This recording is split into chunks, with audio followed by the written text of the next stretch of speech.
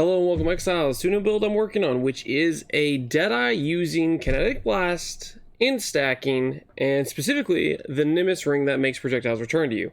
And along with all that, we're tying in Totems and the new helmet, wilma's requital. Now generally, I'm not a guy who enjoys Totems, but this helmet was interesting enough to me that it made me want to try to build a Totem character and give it another shot. Usually I play a Totem build every about 2 years. That's usually or maybe every year. It's long enough period of time where I forget that I really don't like Totems to try it again. And so far, it's going all right. So we'll see by the end of the character where I stand. Now, keep in mind this character is actually, well, let's just say the gear's bad. I have a nimis, which is expensive, and I have a decent forbidden flesh and flame, but basically I got those items when I was early on in gearing the character, and then I got a little bit tilted when I started crafting wands, and I decided to gamble basically everything I had, and I lost it all because I am a great gambler.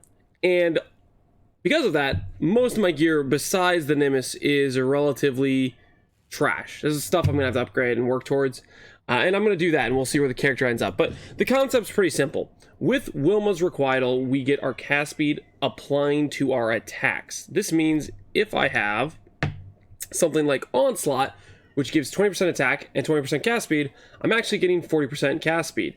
And then I tie in forbidden flesh and flame to steal raiders, 100% effective onslaught, and this is actually giving me 80% basically attack speed every time I put down my totem with sleepless sentries. Totem builds get onslaught pretty much for free because it's whenever you summon it recently you get onslaught, and this is basically up 100% of the time.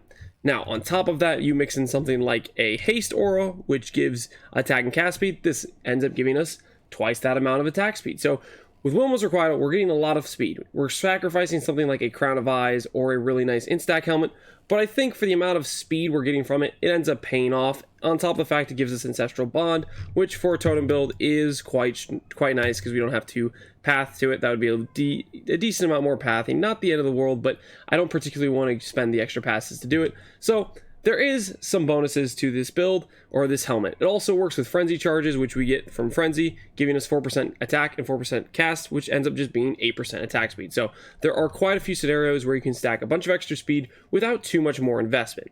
Now, to tie it all in, nimis, when you put down a totem, shoots out projectiles and they all return back to the totem. So I believe, I don't know how this works to be honest, I don't know if it's working at all, who knows, but what I am doing here is I am attaching a kinetic blast with additional proj, plus the proj mastery from wands, plus the the ascendancy point of endless munitions from Deadeye, plus something like a dying sun in our flasks, which is up occasionally, not really that often, but generally while mapping, which ends up meaning our totems shoot out like 10 something projectiles. They all return back to the totem. So if I put the totems on an enemy, the enemy then gets hit by a whole lot of overlapping kinetic blast damage. That's the idea. That's what I'm going for.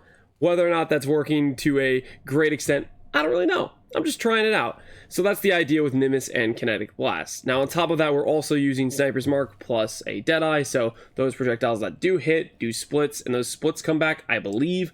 Quite frankly, it just results in absolute mayhem in terms of screen cancer, covering the screen in kinetic blast, and I'm down for it. I like to do builds that cover the screen and stuff. A lot of times that's a fun thing for me. I don't like to have every build be like this, but having it happen every once in a while, I do tend to enjoy. Anyways, that being said, without further ado, let's get into a map. And I also should mention with this character, part of the reason I chose instack is I had an instacking relic laying around. Ultimately, this character could probably work as a strength or as a dex stacker or something. Say you find one of the other attribute stackers, you'd have to change around like a decent amount of your passive tree or how you're speccing the build. But I chose instacking because I had an instacking relic laying around. I've done a lot of Sanctum, and this is one of the cooler relics I got, and I think I want to build around it, so that's what I'm doing. Here we go. This is what it looks like in just a regular white map, T16 Atoll. Just give you another mapping showcase of what the character plays like. And ultimately, this character is only level 83. I have a jewel socket that I haven't even put a jewel in. This isn't really like a finalized, fully fleshed out version of the build. I have a bunch of gear that arguably needs to be very much upgraded, and I'm going to get around to that. But before then, I'm just going to enjoy playing the character a bit, probably take it through some Sanctums, try to once again work my way towards earning, hopefully, a hitless run relic. I really want to attempt to do some hitless runs. This character might be able to do it. I'm not too sure. I've done one floor of a Sanctum so far, and it seems pretty good at not taking hits because it's a totem build.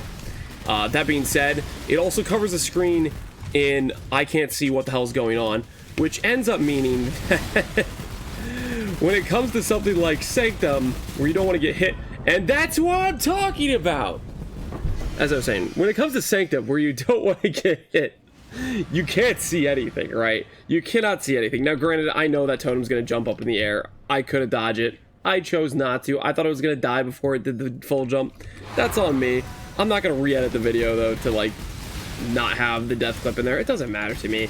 I just like playing builds and showcasing them. Right now, our character's only at 6k ES. It's not at the top tier tankiness. My cold res isn't, well, technically, if I don't have my flask on, it's not capped. I'm pretty sure if I take off the diamond, yeah, it's at 68 cold res. I'm not capped for that. I don't know if I had my diamond on or not. Not sure it really matters. I'm just enjoying playing the character. I'll fix the cap resistances and stuff like that later on. And ultimately, as we get more levels, we will get quite a bit more ES, because as an in-stacker goes, it's one of the better defensive ones because you get a lot of EHP, effectively, when you stack in, because you get % energy shield from it. There are quite a bit of benefits like that. It's one of those builds where early on kind of sucks, but every little point of additional investment you can do in towards ramping into what the character can basically benefit from, it starts to scale in a much larger extent than some other builds do. So we'll see how this goes as I get more levels on it and as I play it. This being said, I know you guys are probably wondering, hey, where's your guide for the Juggernaut? I still have the Juggernaut. It's right here. It's level 98. I've enjoyed playing it. I'm probably gonna make a full guide on this character because I think the Juggernaut's actually really, really strong. I just wanted some variety in my life, so I decided I'd re-roll the build for a little bit, and then eventually I'm gonna get around to probably recrafting a few of the Juggernaut's pieces, upgrading it a bit, and then actually having maybe a full build guide on the Juggernaut, so that way people have some more guide information on that character. But for right now, this is my Deadeye Kinetic Blast totem build for instacking. So hopefully you've enjoyed the video, and as always, thanks for watching. Take care, exiles. Peace out.